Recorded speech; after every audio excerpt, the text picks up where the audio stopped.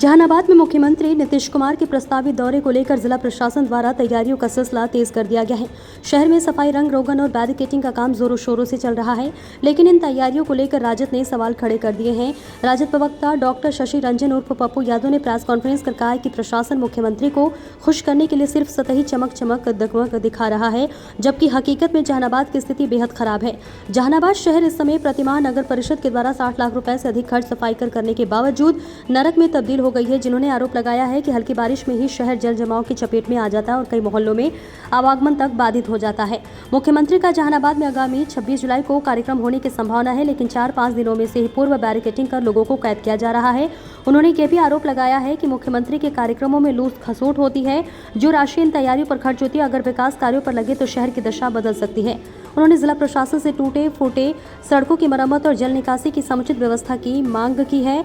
राजद के स्थानीय विधायक सुदय यादव के विरोध पर पूछे गए सवाल को पप्पू यादव ने राजद का अंदरूनी मामला बताकर टाल दिया। उन्होंने साथ ही तौर पर कहा कि फिलहाल एनडीए गठबंधन में सब कुछ ठीक नहीं है। एक तरफ जहां सीट के लिए जदयू एवं भाजपा में तकरार चल रहा है, तो वहीं जीतन राम मांझी एवं चिराग पासवान में भी ज्यादा सीट लेने की होड़ बची। उपेंद्र कुशवाहा अपने को ठगा सा महसूस कर रहे हैं।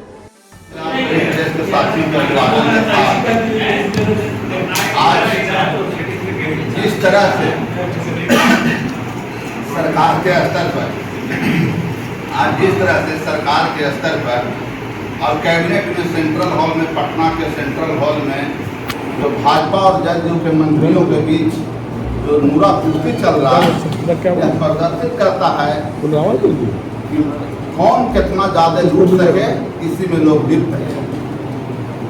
ग्लोबल टेंडर पर भाजपा के मंत्री और उनके विधायकों का जो आरोप है, यह कहीं न कहीं प्रदर्शित। इस लूट में जदयू इसमें ज़्यादा बाजी मार रहा है और भाजपा को उसमें सहयोगी नहीं बना रहा है। इसी का कारण है कि ग्लोबल टेंडर पर कल आलोचना हुई। खैर, हम लोग तो शुरू से ही मानते हैं कि भाजपा और नीतीश कुमार की सरकार संविधान विरोधी है, गैर संवैधानिक है, क्योंकि जिस सदन में हमारे 3 विधायक प्रहलाद यादव, नीलम देवी और एक विधायक नाम का भूलानंद, लवलियानंद जी के बच्चा चेतनानंद सदन में गरिमा को ठेस पहुंचाते हुए जो सीट बदला, पार्टी बदला, दलगत जो नियम है संविधान के 10वीं अनुसूची में दल बदल कानून के तहत उसकी सदस्यता पहले समाप्त होनी चाहिए, तो उस सदन में मुख्यमंत्री के मौजूदगी में उस तरह से संविधान की अवहेलना किया जा रहा है। उसके बाद हम आते हैं माननीय मुख्यमंत्री जी को जहानाबाद आगमन होना है। हम लोग नकारात्मक राजनीति में भरोसा नहीं रखते हैं और न ही हम लोग नकारात्मक राजनीति करते हैं। मैं उनका अभिवादन करता हूं, स्वागत करता हूं जहानाबाद के धरती पर, क्योंकि वो हमारे भी मुख्यमंत्री हैं और पूरे बिहार के मुख्यमंत्री हैं। लेकिन क्या मुख्यमंत्री जी को आने से जो जिले में व्याप्त भ्रष्टाचार है उस पर अंकुश लगेगा? क्या राजगीर की तरह बानावर पहाड़ का, जिसका ऐतिहासिक भी महत्व है और धार्मिक भी महत्व है, उस तरह का विकास होगा राजगीर की तर्ज पर? वहाँ भी बच्चों के लिए पार्क बनेंगे, वहाँ भी बोटिंग क्लब बनेगा? क्या जहानाबाद में जो शहर का ड्रेनेज सिस्टम ध्वस्त है, जरा सा बारिश होने के बाद शहर के प्रत्येक वार्ड में नाली गली ऊपर बहने लगता है, उसका मरम्मती होगा? क्या जहानाबाद में फिदा हुसैन रोड से लेकर के एलोड्राम तक जो शहर का मुख्य मार्ग है और मलहचक मोड़ से लेकर के ठाकुरबाड़ी तक जो सड़क की जर्जर हालत है, और एरोड्राम के क्षेत्रों में जिले के महत्वपूर्ण शैक्षणिक संस्थान हैं, एजुकेशन का हब है, उसकी हालत जो है, सड़क की हालत तालाब में तब्दील है, क्या उसकी मरम्मती होगी? उसका भी सौंदर्य बढ़ेगा? क्या जहानाबाद में जो किनारी रोड है जिसमें NH-83 गुजरा है, उस पर दर्जनों लोग हताहत हुए हैं, ओवरब्रिज बनेगा या अंडरपास बनेगा? क्या जहानाबाद में राजा बाजार की समस्या दूर होगी? आज के दिनों में मुख्यमंत्री को दिखावे के लिए जो रंग रोगन हो रहा है, जो ब्रैकेटिंग किया जा रहा है, यह पूर्णतः शहरवासियों को नाकाबंदी करने का एक बहुत बड़ा माध्यम बनाया गया है। और शहर के लोग कल से ही अस्त व्यस्त हैं, त्राहिमाम हैं। तो मुख्यमंत्री जी को यह भय है, जनता से वो दूर रहना चाहते हैं। अगर मुख्यमंत्री जी जनता के हित की बात करते तो इस तरह का ब्रैकेटिंग नहीं करते। आप जानते हैं कि जीविका दीदियों को बुला करके मुख्यमंत्री की सभा में भीड़ लगाया जाता है। एक जीविका दीदी पर लोन है, क्या मुख्यमंत्री जी उनका लोन माफ करेंगे?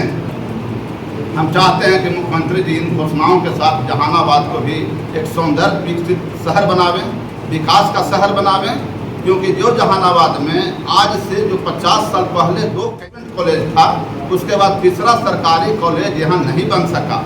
महिलाओं के लिए आज तक एक भी कॉलेज, इंडिविजुअल कॉलेज नहीं है जिससे उच्च डिग्री, उच्च शिक्षा प्राप्त किया जा सके, वोकेशनल कोर्स प्राप्त किया जा सके। मात्र 2 कॉलेज है जिसमें वोकेशनल कोर्स की पढ़ाई होती है, बाकी प्राइवेट है। तो मुख्यमंत्री जी को मैं इस ओर ध्यान आकृष्ट करना चाहता हूँ कि माननीय मुख्यमंत्री जी आप आ रहे हैं तो जहानाबाद को ये सब चीज़ों का तोहफा दे करके जाएं, और आप बिहार के मुख्यमंत्री हैं, हम लोग भी मानते हैं, तो जहानाबाद पटना और नालंदा के बगल में होते हुए इतना उपेक्षित क्यों है? यहाँ नगर विकास में अंचल अधिकारी के यहाँ या DCLR के यहाँ या थाना में जो व्यापक भ्रष्टाचार है, लोग त्राहिमाम हैं, आपस में जमीन के चलते जो विवाद है, और उस विवाद को इनके ADG कहाँ से कहाँ तक ले गए कि किसान बैठा हुआ रहता है इसलिए वह हत्या करता है, बाद में वो माफ़ी मांगे, लेकिन जिस तरह का उस स्तर पर सोच परिलक्षित हुआ, ये मानव हित भी नहीं है और लोकतंत्र के लिए अच्छा नहीं है। का प्रेस कॉन्फ्रेंस मुख्य रूप से यह है कि अभी में ब्रैकेटिंग किया जा रहा है, रंग रोगन किया जा रहा है बरसात के दिनों में, सिर्फ मुख्यमंत्री जी को दिखाने के, लेकिन शहर के अंदर की जो हालत है, फिदा हुसैन महत्वपूर्ण व्यवसायिक प्रतिष्ठान वाला रोड है, मलहचक से लेकर केलोराम तक शैक्षणिक संस्थान वाला रोड है, और स्पोर्ट्स क्लब से लेकर के शक्ति मोड़ होते हुए पुरानी थाना तक शहर का मुख्य व्यवसाय का मार्ग है।